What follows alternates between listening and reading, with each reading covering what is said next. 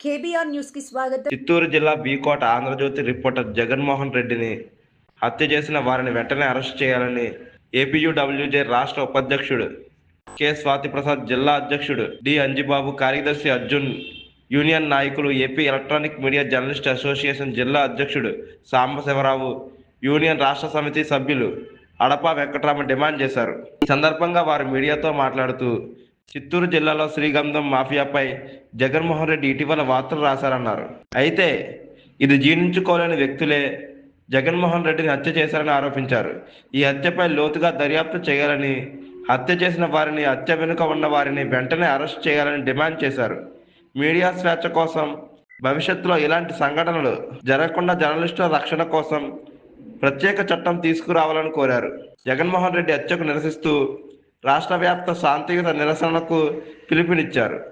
జర్నలిస్టులంతా ఆందోళనలో పాల్గొని ఈ హత్యను ముక్త కట్టంతో ఖండించాలని కోరారు.